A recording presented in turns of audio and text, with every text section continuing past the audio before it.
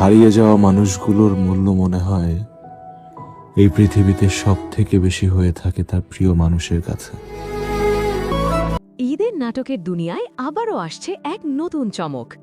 জনপ্রিয় অভিনেতা ফারহান আহমেদ জোবান এবং অভিনেত্রী কেয়া পায়েল জুটি বেঁধেছেন নতুন নাটক বাতাসের ফুলে।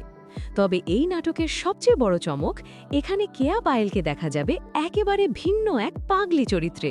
তিনটা খাড়া খাড়া স্ট্যাম্প লাঠি দাঁড়ায় আছে। কারণ কেন? কারণ কি মারছে? ওই পারে না তো, চোখেই দেখে না, ওই অন্ধ।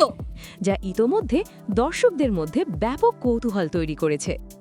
নতুন এই নাটক বাতাসের ফুল মূলত আবেগ, রহস্য এবং ভালোবাসার এক ভিন্নধর্মী গল্প নিয়ে নির্মিত। গল্পে দেখা যাবে জীবনের কিছু অদ্ভুত ঘটনার মুখোমুখি হয় জোবানের চরিত্র, আর সেই রহস্যময় ঘটনাগুলোর কেন্দ্রেই রয়েছে কেয়া পায়েলের চরিত্র। নাটকের একটি গুরুত্বপূর্ণ দিক হল কেয়া পায়েলকে এখানে পাগলি বেশে দেখা যায়।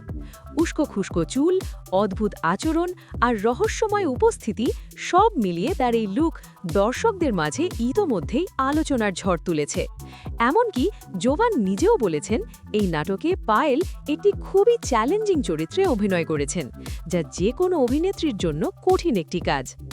জোবান ও কেয়া পায়েল জুটি ছোট পর্দার দর্শকদের কাছে অনেক জনপ্রিয়।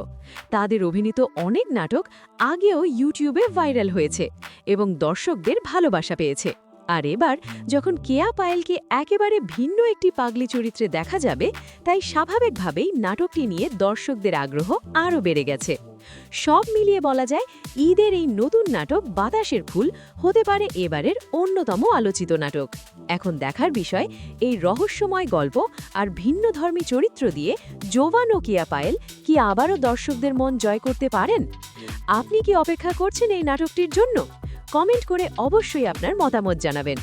ভিডিওটি ভালো লাগলে লাইক দিন, শেয়ার করুন আর আমাদের চ্যানেলটি সাবস্ক্রাইব করতে ভুলবেন না।